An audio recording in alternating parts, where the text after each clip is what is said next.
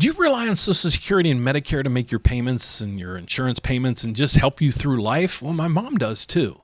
So a lot of the Trump cuts that are taking effect right now might be affecting me and my family as well. My mom is 87 years old now, and we rely on Social Security and Medicare to help her get through each day. Because if you follow my channel, she's not doing too well right now. She has dementia, and we really need people helping us take care of her. So some of these cuts might come in to roost at my home as well. So that's why I figured I'd take a deep dive into some of these articles to see, is the Trump administration really cutting Social Security and Medicare? And if so, by how much? And then what am I going to do at that point? I think the findings are going to surprise you a little bit. So here's what I did. I took these articles, and you know how I like AI. So I took these two particular articles that read this. Social Security is changing under President Trump. Here's what the retirees need to know. And the other one is Trump breaks promise not to cut Social Security. And I'm like, okay, I still can't myself find any articles that tell me how much they're going to cut my mom's Social Security. So I figured I'd take these two articles and post them in the chat GPT and ask them a question. Here's the question I asked it. I said, break down this article for me and let me know if it provides what cuts will there be to Social Security benefits to seniors, because I really want to know. And then I did another one right through here with the same article or a similar article in Yahoo. I said, summarize this article for me and let me know what cuts are expected to Social Security benefits during the Trump administration.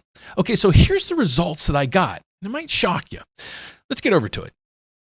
The first one says this. It says, this article from Pennsylvania Independent details significant changes to the Social Security Administration under President Trump, focusing on staffing, reductions, and office disclosures. While these actions do not directly reduce the monetary benefits from seniors, they poise to impact the accessibility and efficiencies. Interesting. So if you want to talk about the efficiencies, you might want to go over to this right through here. What I did is I did chat GPT and would sit here.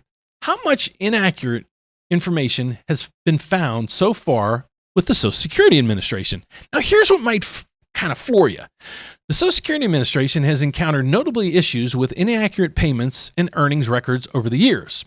Between fiscal years 2015 and 2022, the SSA made approximately $71.8 billion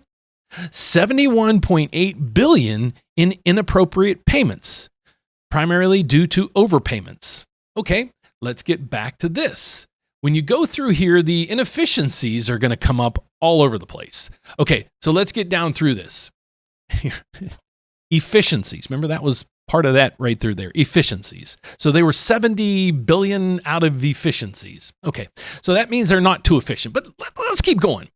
Staffing reductions. They're going to reduce their staff by 7,000. Well, I don't know the last time you tried to call the Social Security Administration. I've been trying for weeks to change my mom's direct deposit, and you can't get through. So I don't know if, reducing in staff because it hasn't been planned yet, if it's even going to get worse than it is now. But I'm not giving the SSA a double thumbs up right now on their efficiencies that I'm personally seeing with my mom's situation. So a reduction in the work staff, maybe it's needed. Office closures. Well, that's a reduction in the staff. You're going to get rid of 7,000 people. You probably need smaller places to put everybody. So office closures. Okay, the critics are all going to say, well, here it is. Critics argue that these changes will strain the already understaffed agency, leading to longer wait times and reduced access to in-person assistance. And it's going to always say back to this is particularly concerning to seniors and individuals with disabilities. And they're always going to come back to that.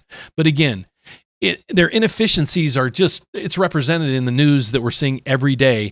You can see already through here. As of the end of fiscal year 2023, the SSA had an uncollected overpayment balance of $23 billion. Okay, so the Social Security Administration isn't the most efficient company out there or system out there. Contradictions to the campaign promise. Okay, so we didn't see any cuts yet. We saw staff reductions, and they're going to close some offices.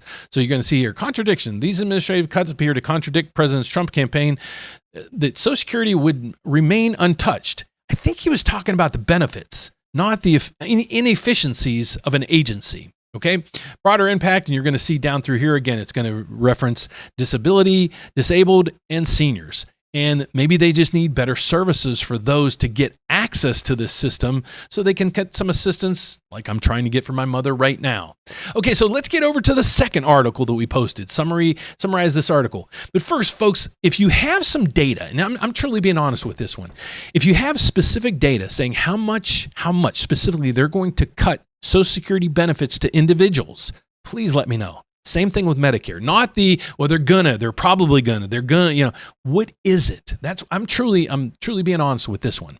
So this next caption, this article kind of gives us this information. It says, summarize this article for me and it tells me exactly what the cuts are going to be. So let's go back through it again. Social Security Administration focusing on cost-cutting measures, administrative restructuring, and policy shifts. Workforce reduction, by 7,000, the same thing that the last article gave us. They're going to close offices. Well, they're going to have that much less people, so they're going to need less offices. These actions were part of the broader initiative led by DOGE, headed by Elon Musk to streamline the efficiencies of the federal government. And it truly needs it. Administrative and policy changes. New, identify verification required mandate in-person appearances for certain benefit applications, eliminating previously opting phone verifications. A lot of fraud. And that's why they do that. This policy has raised concerns about the especially of elderly and disability. So I'm sure there's workarounds. Additionally, DOGE has proposed outsourcing SSA customer service, sparking debate over potential privatization. Well, there's a lot of agencies that do things like this. So is it going to be done? Well, they're proposing it. Maybe just to say, you guys either need to get more efficient, or maybe we can outsource this kind of like we do a lot of the other manufacturing and things like we do with the rest of the things that we have in this country.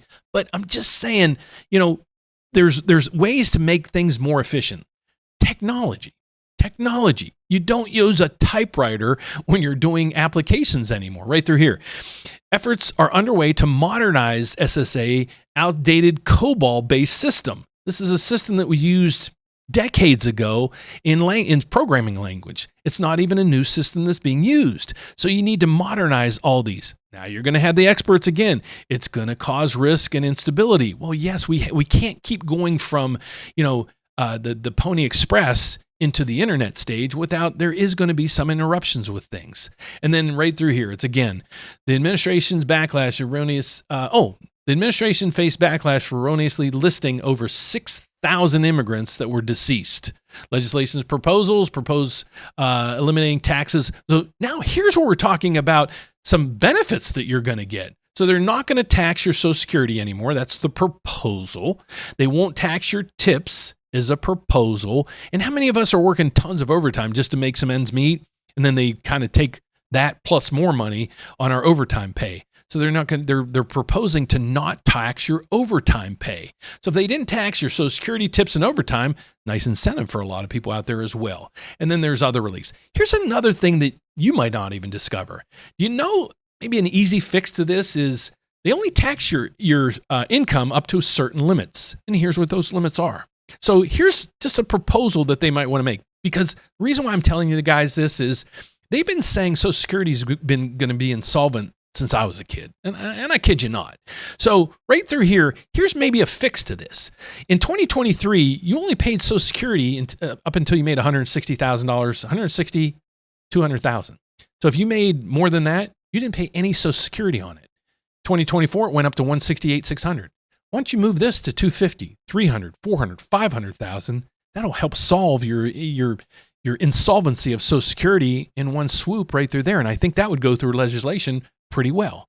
So just thoughts. So will this be fixed? Can it be fixed? It can be fixed, but do they really want it fixed? That's the question you might want to ask.